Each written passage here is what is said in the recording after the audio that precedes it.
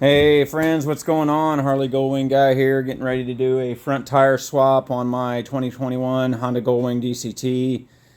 You'll see a jack on the front of the bike to raise the front tire off the ground. Got the center stand already on, and so that's how you do it to get it set up. Got the pillow on the ground so I can kneel down and jack the bike. So that's going on, getting all set up. Got my seated creeper here for in front, so I don't have to stoop way down. All right, draw your attention. I'm going to set up the Rabaconda tire changer, street bike tire changer specifically. I have already used this a number of times, so it's no longer new to me. I have questions about it from time to time, so I thought I'd go by the step-by-step here. Whether it embarrasses me or not, just keep in mind that it is easy to forget something and or make a mistake. So it sets up like this. Okay? You got these, you can find videos on this online too. I mean, you don't even need to tell you how to set the thing up.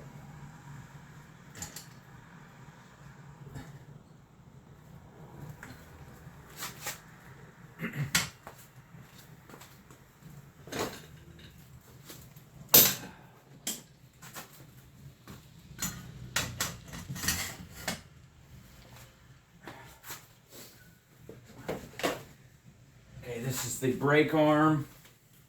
That it goes in here. I may forget some of the part names. This gets put in here. Put the wheel on, obviously. So the idea here is to get everything set up before I even start the job. Make sure I got it all. Got the bead grease, very important. Got the wheel stop, very important. Tire spoon.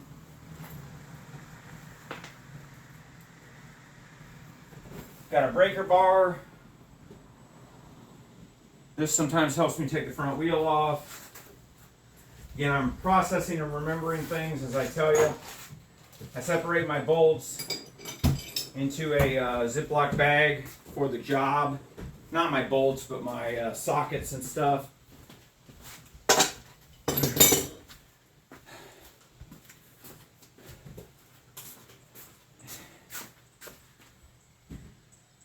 And I think that's it for now, because this little guy goes on once the wheel is on the A-frame, I'll call it, of the Rabaconda tire changer. So I'll get this job started, get the wheel off, and proceed. All right, so I'm starting the front wheel job on the Honda Goldwing. To do this, we got to remove the front brake calipers. Got the bike on a center stand. Before I jack the front of the bike, I want to go on ahead and break loose the front brake calipers while I've got leverage of the wheel being on the ground. Okay? I start doing that with the breaker bar just to make it easy. Okay?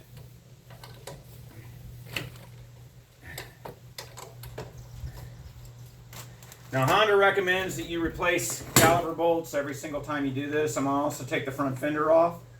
That's what you see going on here, 5mm. You do not have to replace the front caliper bolts. You can reapply some blue thread locker. I believe it's blue. I'll get the bolt out and confirm. But again, I'm not going to tell you what to do.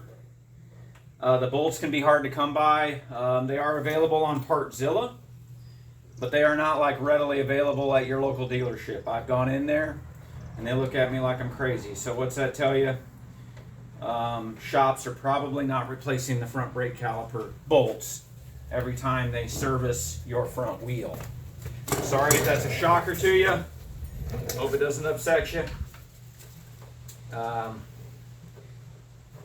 It bothers me a little bit from the standpoint of paying premium price to have these things done, and then learning that they're not even following manufacturer recommendations at the shop. So I guess that is a little disturbing, but it does not fully surprise me because of the shortcut aspect of it.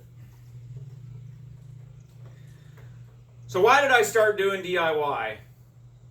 Well, there's a few different reasons. I got a little bit upset at dealerships not carrying my tires. I'm not going to name a shop, but my local shop does not actually carry the tires. And then on top of that, they made me pay with credit card over the phone to order the tires the same way as I would order the tires to come to my doorstep. Okay, I'm not kidding. I'm not making this up. They don't stock them. And then on top of that, they didn't trust me. They didn't trust me to order the tires. I was very spoiled in Indiana when I lived there. I will name this dealership, Hayden Honda. I think it's now Honda Power Sports of Kendallville, Indiana. Very simple, man. I'd call up, make an appointment, say, hey, I need tires. Cool. What? We got you, Brownback. You're in the system. We're going to, here's the date and time, okay? I never thought nothing of it. They never asked me for my credit card to order pre-order tires, none of that. And then I get to North Carolina and the story changes. So,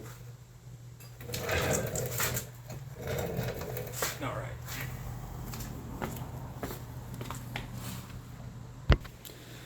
All right, folks. I'll give you the best angle of what's been going on here. Got a 10 millimeter for the brake, the axle puncture bolts. I like to start loosening all the bolts before I jack the front wheel off the ground, okay? That way it gives me a little bit more leverage to loosen the bolts. I got my axle bolt loosened. I got the pinch bolts loosened. I need to do that side brake caliper real quick. And then we'll be ready to, I got the fender removed, and then we'll be ready to jack the front of the bike.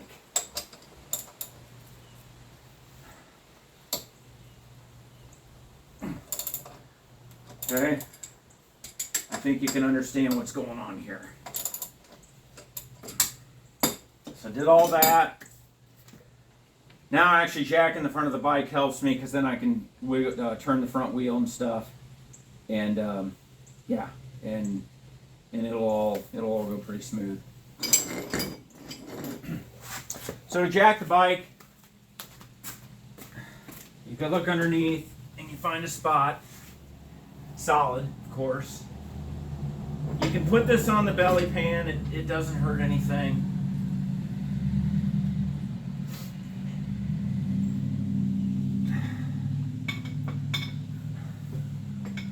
Again, you don't need a very heavy-duty jack to do this. It's not you're not jacking a tremendous amount of weight, and you're not going to take it off the ground very far. That's it. You want to ensure that the back wheel just barely touches the ground, okay? Because if you do more than that, the center center stand will come out from under it, and then we're going to have a bad time. That's not what we want, right? So we got that part done. And be mindful to keep your screws and everything together throughout the process. Your tools. I tend to misplace things. It happens all the time. So now we're going to finish removing the brake calipers. You have to do that to get the rim out. The wheel won't come out otherwise. Yeah, it sounds like it sucks, but it's really smooth. So back to another reason I went DIY. I told you the story about having to pre-order tires, as if they're coming to my house, slapping a credit card down because I feel like the dealer don't trust me. And I get it, look. It is what it is. Well, then I went for an oil change on this bike, and they had done the previous oil change at the same place, and they boogered the oil filter. The job took them 5 hours while I was waiting, okay? And, you know, again, they tried to explain, hey, it was over-tight oil filter, blah, blah, blah. Well, guys, this is all well and good, but you put that oil filter on there.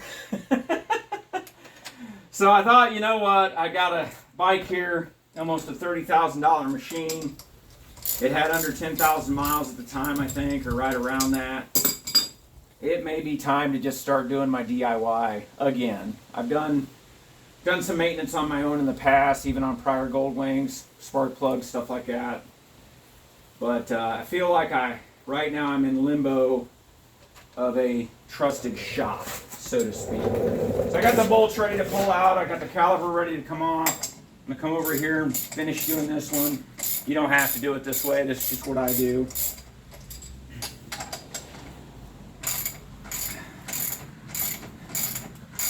It's just important to realize if you're new to DIY or relatively new, you can take all the precautions in the world and anything can go wrong at any time. Meaning a bolt could strip out. You may need to get a bolt out socket they make for like a stripped or like badly worn head of a bolt. I've had to do that before. You may have a bolt not go back in the right way. Okay, so earlier I said blue thread locker. I meant to say red.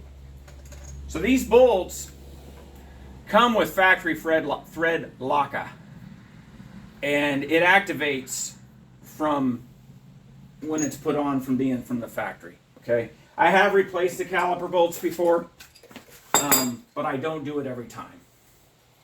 And like I said, you're going to be hard pressed to find a shop that replaces them.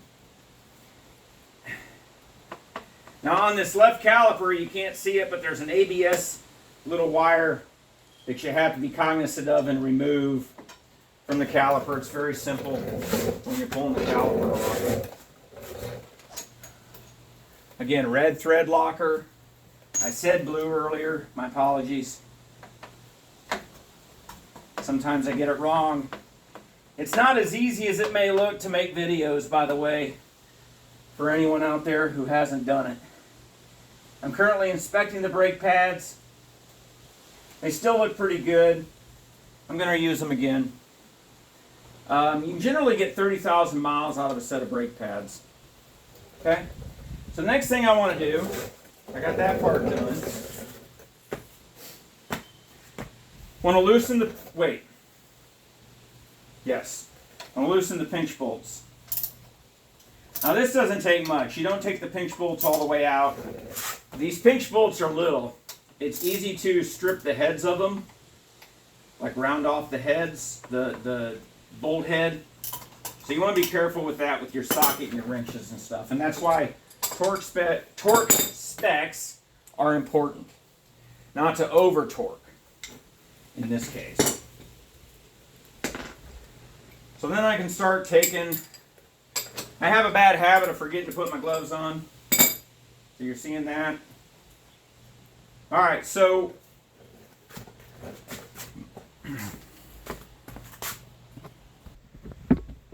we're ready to pop out the front axle. In order to do so, I need a mallet. So what you do is pop out this bolt, the front axle bolt, almost all the way, and you start popping this through. And then you're going to have a hole on the other side in which I can drive my Allen thing through. So I take the bolt the rest of the way off. This wheel's going to come off pretty quickly now. Okay?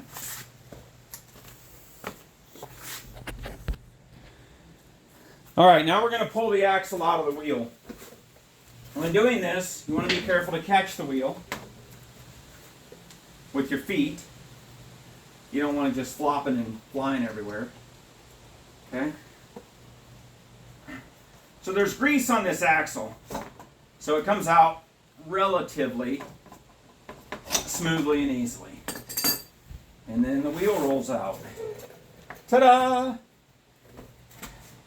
We are almost halfway through with the tire change. Oh, the bearings. Right here. And you want to keep these separate. The shorter one goes on the left side of the bike as you're looking at it right now, right side as you're riding it. The bigger one goes on the right side as I'm looking at it, the left side as I'm riding it. We're going to clean these. You have an ABS ring on this side. That's the reason for the thicker bearing on that side of the wheel. So you can remember that too. Now while I'm in here, I'm also going to take an opportunity to do some extra cleaning. I'm going to clean the wheel really good, and I'm going to clean the wheel well really good. I'm not going to video all of that. There's no reason to. I like using Dawn Power Spray, I think it is.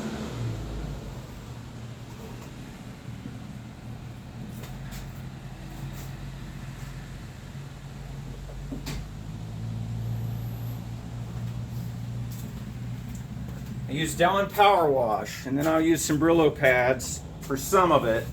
You want to be careful with Brillo pads for the rim because you can cause swirl marks and scratches that you don't want.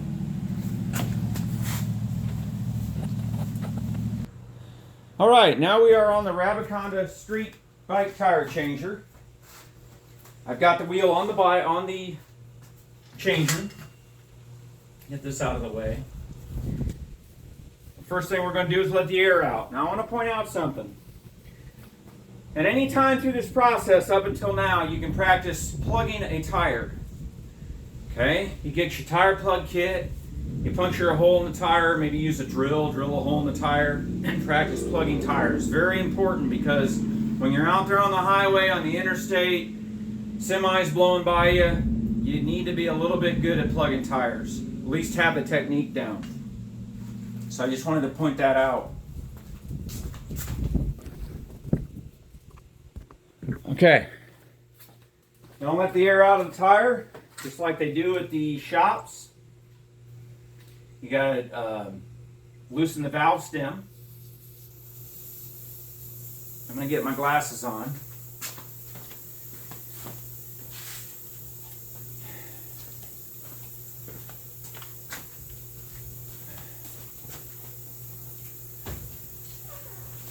Okay, we are taking the valve stem out very carefully to ensure we catch it and don't let it fly.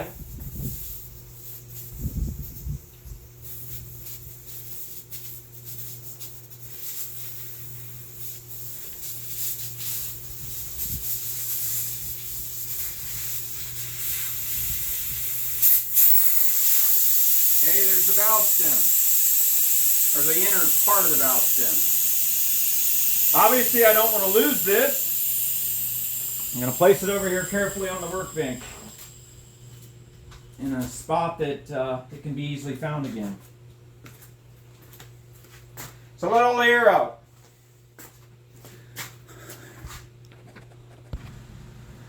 All right, we are ready to break the bead from the tire and get it off the rim. You'll notice I have the Rabaconda kind of propped up against the wall in the back. This thing will slide around a little bit on you, or it can.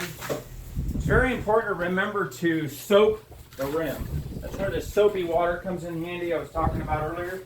Get you a sponge, and I have forgotten this part before. It becomes very painful. So I'm trying to break the bead off the rim. And my hand's soapy, so that's not helping either right now. So I'm going to get a glove.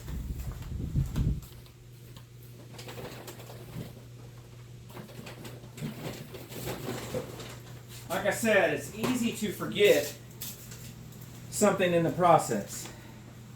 Very easy. Get my glove on. Get my sponge with soap and water. And we start soaping the rim. I don't think they have to do this so much on the big machines, the hydraulic machines. But with this tire changer, you need to do it. Very important step. Okay? And the idea, there it goes. It's starting to come off already. Okay? You may not need to soap the whole thing. Okay? You see that? It's making life very easy. Trust me, I've nearly broken my back before. All right, now we're ready to do the other side. You want to break it, the bead, from both sides. You might hear this noise. I have Centromatic wheel balancers on these wheels. So if you hear like ball bearings sliding around or something like that, it's the balance beads inside the Centromatic balancers. So the other side, sometimes you don't need to soap it because one side's already done. But we're going to go ahead and err on the side of caution here. Okay.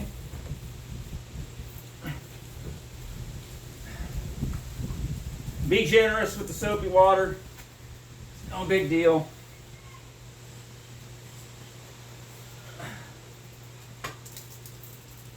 Okay. Be cognizant of your valve stem. Got your tire pressure monitor system in there. You want to try to refrain from using the bead breaker near that.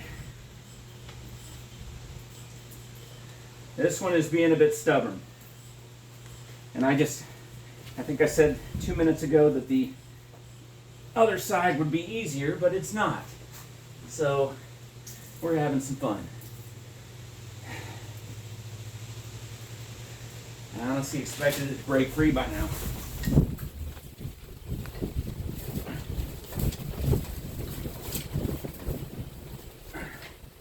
I'm going to try the opposite side of what the valve stem's on. See if that helps me at all.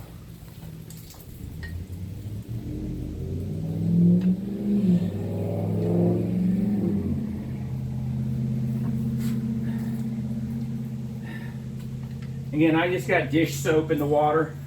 It's it's nothing official. All right. Finally, it broke free. All right. That's that valve stem. Be careful of that area. Next, we get the duck head on there. So we can remove the tire. Yay.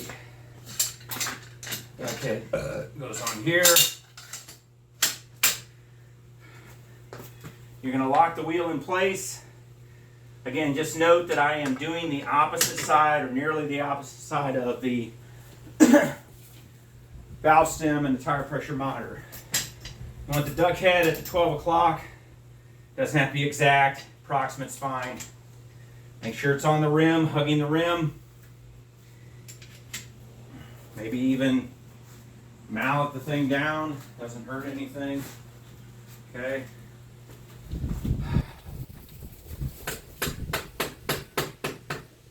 Want the duck head on there good. And you're going to tighten that up.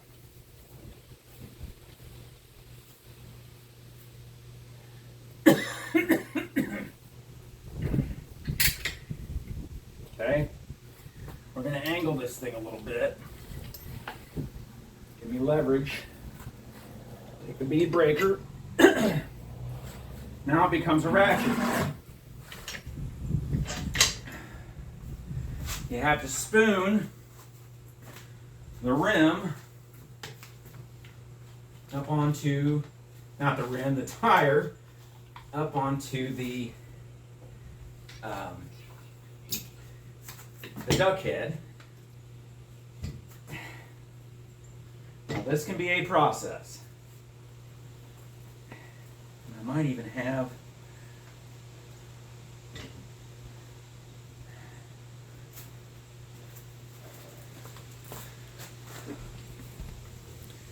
all right, so now that you have, I missed a step, easy to do. You want the duck head at approximately the 6 o'clock. Okay, now that you have it on, and then you take your tire spoon This is so you have leverage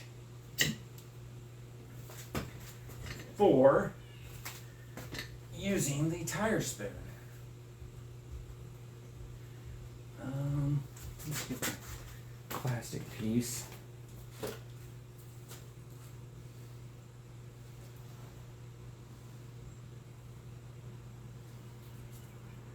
Okay.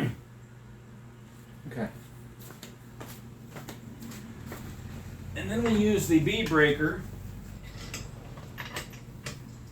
to simultaneously push the bead. That way you're allowing enough bead to flex to get the tire off. And yes, you can reuse your tires. This whole process we're going through does not ruin a tire. These tires have actually, the tires I'm getting ready to put back on were previous takeoffs with the same machine. So now, you need to use grease. Just a second. Alright, so now it says to apply soap and water and or bead grease before continuing to try to dismount this tire. We're going to take that advice.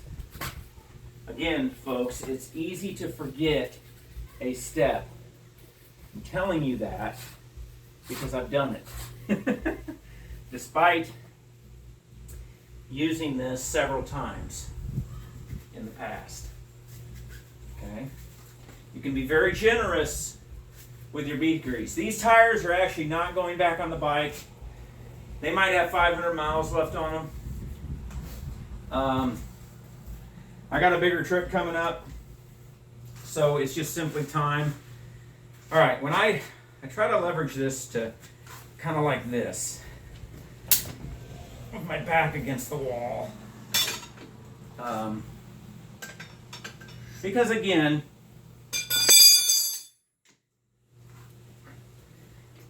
technique is very important, and the videos of the machine, they try to help you out, but they're not going to spell out the best way for you to do it for every situation, if that makes sense.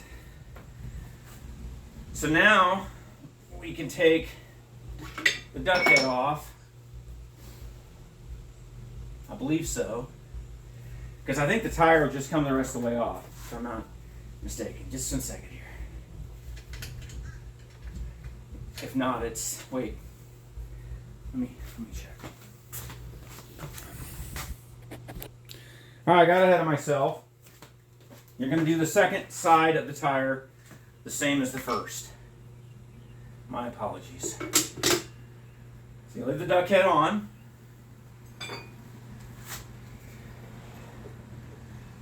Get this bad boy back in here. This tire spoon. And you are wanting to pry the second side. It's the second side though is super easy, as I recall. I'm not going to apply bead grease to it. We'll see how it goes here.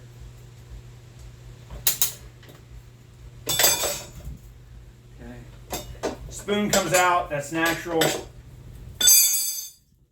Dismounting is a bit easier than mounting. Partly because you're dealing with a used tire now versus a stiff new tire. Okay? There you have it. Old tire off. I keep it in the direction that I want to put the new tire. That way I don't make that mistake and get the tire on the wrong way. Okay?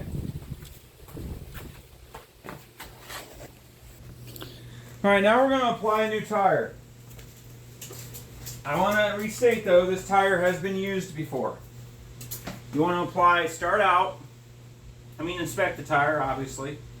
You want to apply plenty of bead grease to both sides before trying to put it on the machine. Okay? You can be very generous with bead grease. Very generous. Notice I did not clean the wheel yet. I want to wait until the new tire's on to clean the wheel. I don't want to, I make sure the inside of the rim, the inner rim is free of debris and stuff. But I don't want to get waxy materials and stuff on the inner part of the rim. That could be a little bit OCD. Maybe I'm overthinking it, but that's just how I do it. Plenty of bead grease. They recommend if it's a brand new tire, stiff tire, warm it up, place it in the hot sun, let it get a little more flexible, malleable to put on a rim. Again, this is a previously used tire, so I'm not going to warm it up. I hope I don't regret that. Notice I have the old one still sitting here, so I make sure the tread pattern is in the right direction on the new one. You want the duck head at 12 o'clock. This is the duck head. Place your wheel chock in there. If you have a spoked rim, there's straps for it. I'm not going through that because I'm not doing a spoked rim. I'm going to get both gloves this time.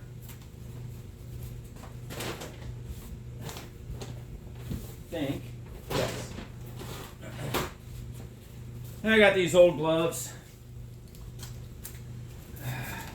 They come in handy for stuff like this. All right, now you want to start out placing the tire on here, trying to get as much of the tire on the rim as possible. Okay? Wait a second, I'm missing something.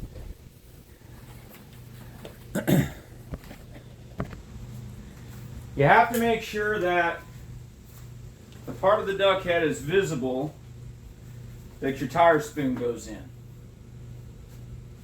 So it's kind of like this. Is how it goes. Just force most of the tire on there, much as you can.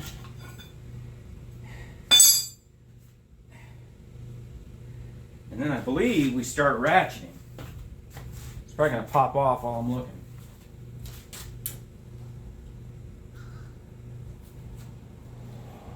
Okay.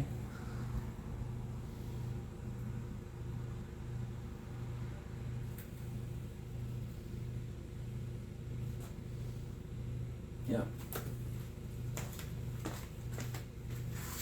All right, and then we start ratcheting to mount the tire.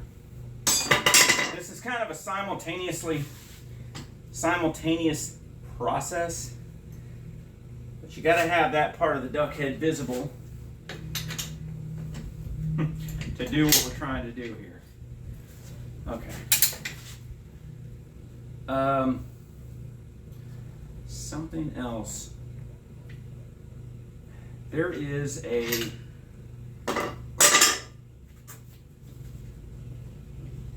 yellow dot. Where'd it go? Probably can't see it because of the bead grease.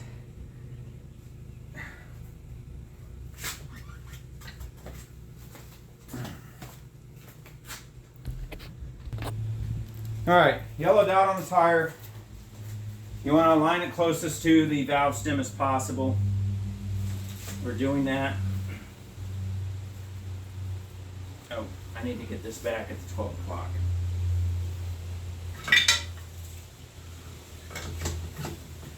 Okay. They got the tire on there. Like I said, force it on as far as you can. And then you're going to ratchet.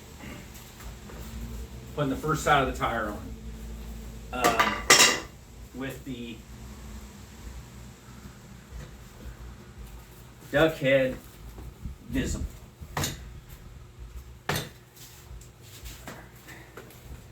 right, let's see if we can do this. Got it. It's not. Let me get this thing to 12 o'clock. All right, there we go. Usually the first side is easier than the second side to put on.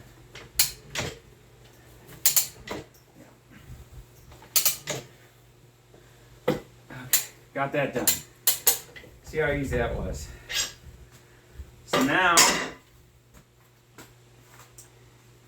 one second.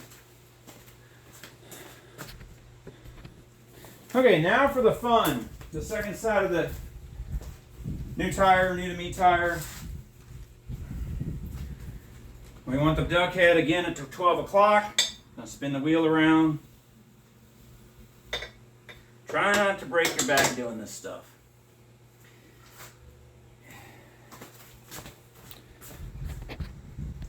Okay, so we're mounting the second side. This is where the drop center tools are going to come in handy. These two things.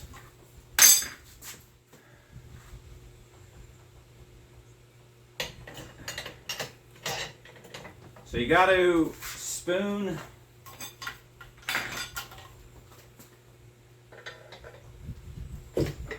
like that.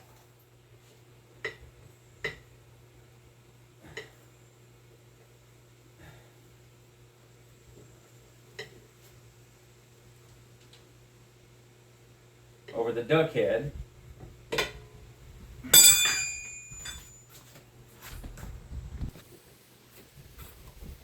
Make sure the second side is over the duck head.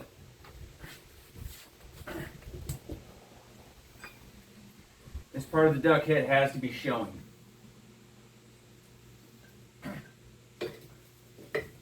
Okay?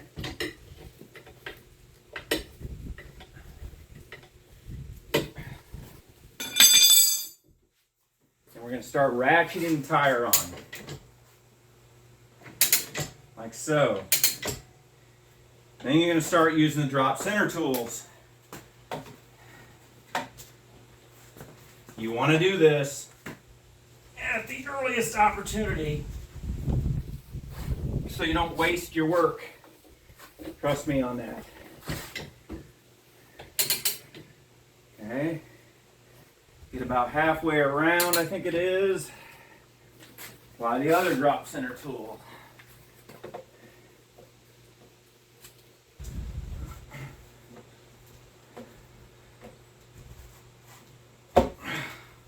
Okay. Supposed to make it go easy now.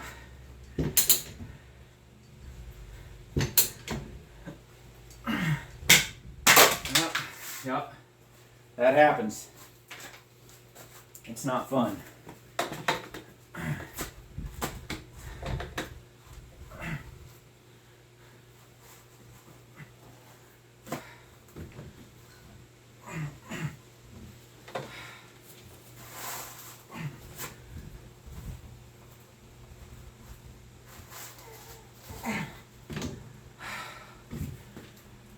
Woo!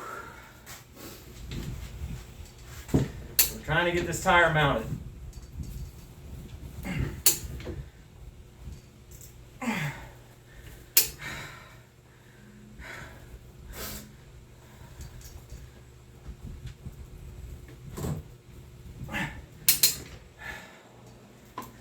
And it went.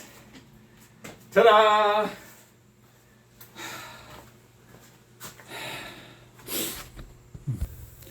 All right, so now we're gonna get ready to put air in this tire. Oh, crap.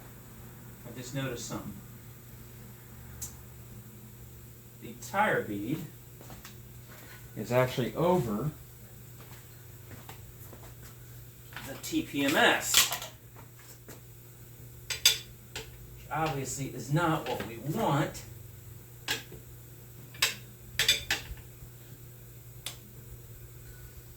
We have a problem here.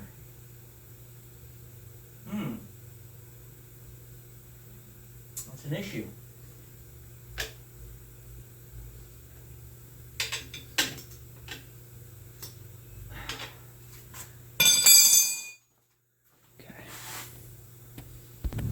Okay. So we had a tire bead was over the TPMS monitor system that's inside the rim. Just had to put the drop center tools back on. Use the bead breaker. to spoon and fix the problem. Now we're good again. So now we're going to air up the tire.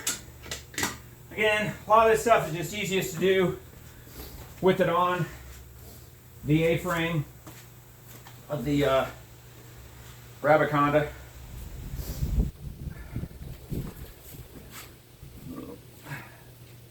Let's see how this goes. All right, so you've got to put your inner valve stem back in, ensuring the part is at the top that the wrench goes on to screw it. And you just start threading it back in, kind of till it stops. There's no torque specs that I'm aware of or anything. It's kind of a joke there, but we have that tight. Now we're going to do it like the big boys do, and you're going to hear the pop. The tire, you're going to put air in till the tire pops into place.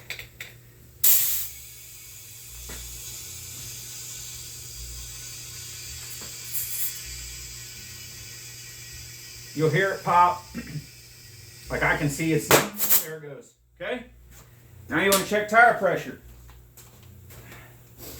We're going to talk a little bit about tire pressure. 36 on the front, 41 on the rear. Pretty standard manufacturer recommendation for tire pressure. I got a digital gauge. All right, there's various types of tire gauges. One moment.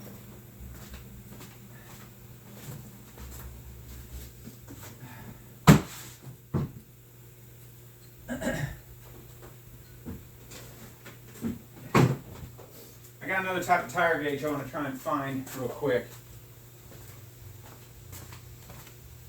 I can't seem to find it.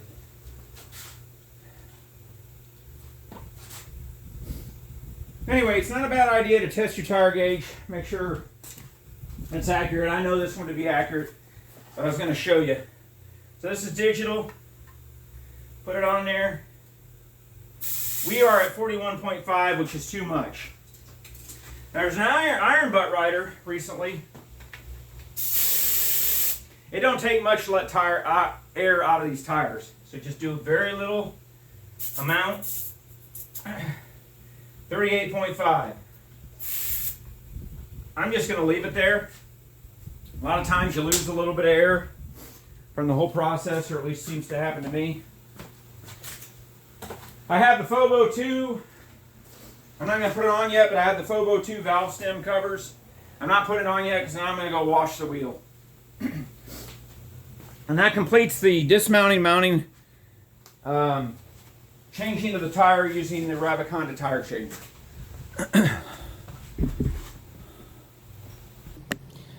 All right, we're ready to now put the wheel back on. I've fallen in love with this fluid film stuff, so I'm going to spray the inside fender well with fluid film. It doesn't seem to do any harm to the surface over time. I've not tried it for a while. It really makes cleanup a lot easier for the tire changes. So, again, that's fluid film. It's supposed to be safe on all motorcycle surfaces anyway. So I've got it left over from my Alaska trip. So I'm going to keep using it. Alright, so get the wheel ready. You want to ensure the ABS ring is on the ABS ring side of the bike.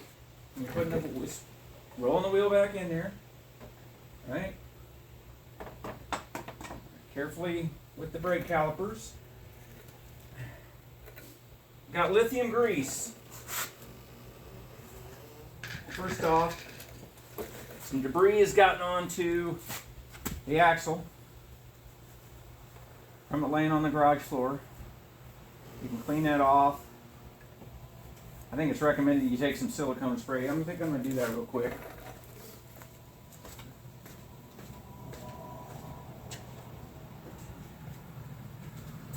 I want to give a shout out to Fred Harmon. Fred Harmon is his videos are what have helped me immensely with maintenance on the motorcycle. Good guy.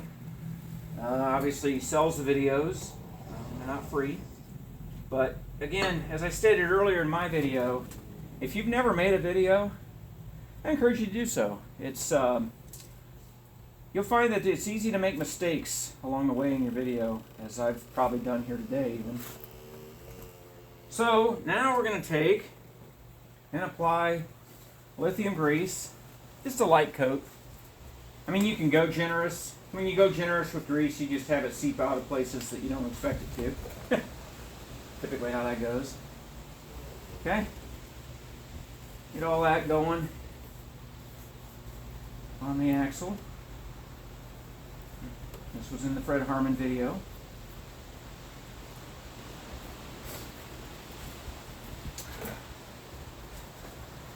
And set that aside for a second. Now I want to apply grease to my wheel bearings. This lithium grease can be a little bit messy. I clean the wheel bearings with silicone spray. Again, you can goop it on, but again, the gooping goes in places you don't want it a lot of times.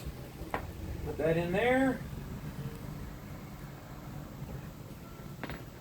And yes, maybe I put the wheel in too soon. No big deal.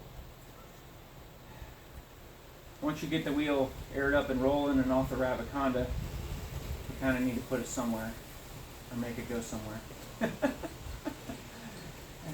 You got to have fun doing this stuff, folks. It's necessary evil. Or you take it in, have it done, hope for the best. Again, the thick wheel bearing goes in the ABS ring side. I think I'm done with the gloves, done enough with the gloves. Always have a rag handy to wipe things up, wipe your hands. Gonna roll the wheel back, put the cap on the grease, and that stuff's messy. A little bit of garage floor stain there. So now we want to put the wheel back on. Obviously, we need the axle to do that. So we're going to get the axle over here that I set aside. I'm going to start putting it in. This part's not too bad, generally. You want to watch it come out the other side of the wheel, and it's there. And then you get it going in, and there you go. Always keep the mallet handy.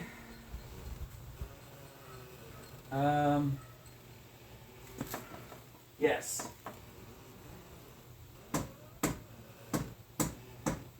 Okay, like that. Flush. Put the axle bolt back in. You don't need to Loctite or thread lock the axle bolt. It gets torqued. You can look up torque specs online. I will go over that more in depth in a minute. So next we want to tighten the axle. There's several ways you can do, well, there's a few ways you can do this, not several. Let me find my little chuck. I bought this for the job. Put the breaker bar in it. It's a 1/2 inch. You stick it in here. You can do that. You can tighten your pinch bolts to hold the axle while you tighten it the rest of the way. This is how I like to do it.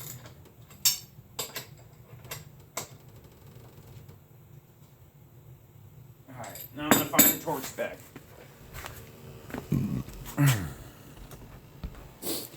Alright, I got the Pittsburgh brand torque wrench from Harbor Freight. We want 44 foot-pounds for the axle bolt. Get it adjusted. Go to the 40 and then you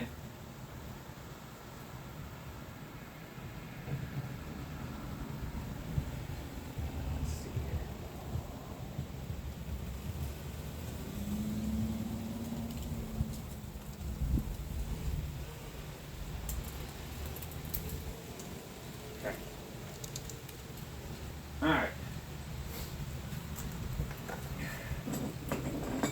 socket. Okay, make sure that this thing is in the on position. I believe it is, but I want to make sure. Never a bad idea.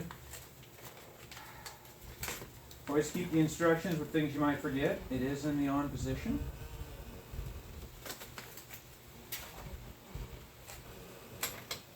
Okay, and then we're going to torque it.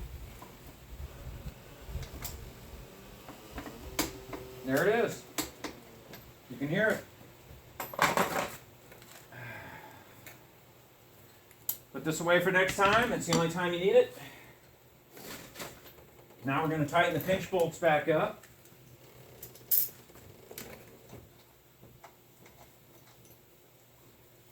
Again, these pinch bolts are pretty small bolts, easy to round off. No thread lock. They do get torqued. I got to look at what that torque is here.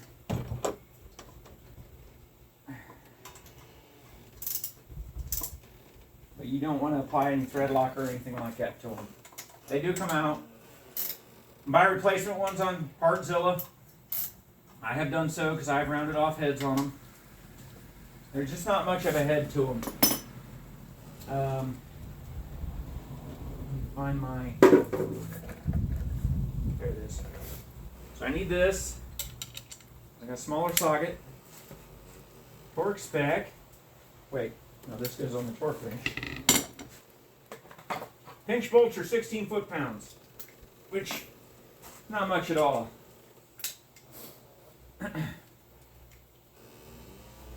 Adjust the torque wrench. Yep, there's 10. Next 16.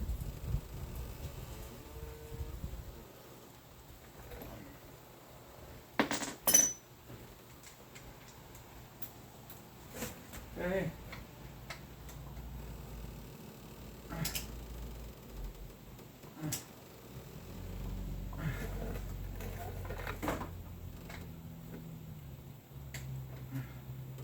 It popped.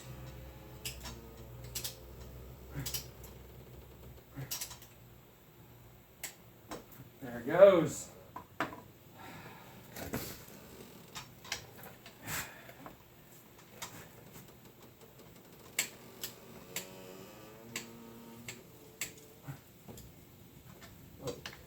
Strip it.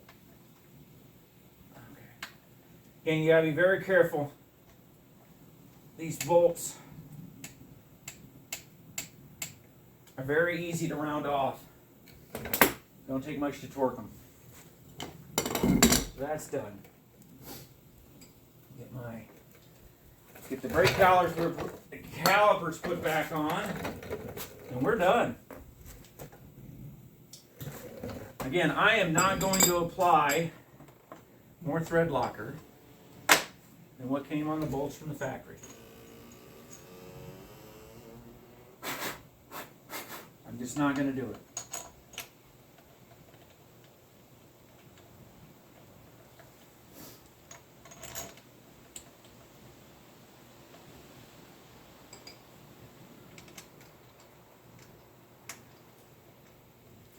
And the torque on the brake calipers are 31 foot-pounds. I tried to get half-inch sockets for everything because the half-inch is the size of the torque wrench. That's just me.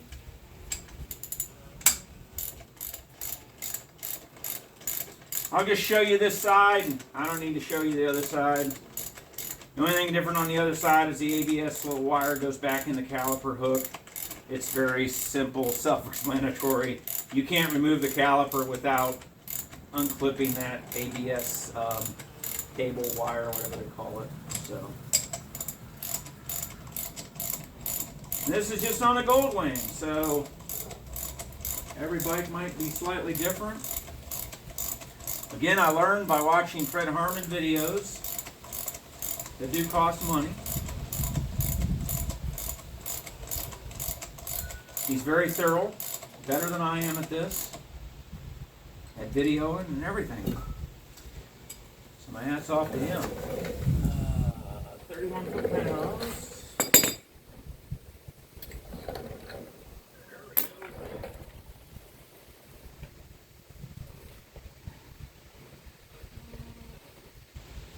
Now I am a city boy. I am your average Joe doing this maintenance, okay? It's very important for me to stress that because I say that to say if I can do it, I think you can do it too, okay? You can make fun of me. You can, whatever. I really don't care. I'm doing this. I told you the reasons why I do DIY now. I just got tired of basically relying on the shop. You know? And in essence, you even save time. You save not only money, but you save time with DIY. All right.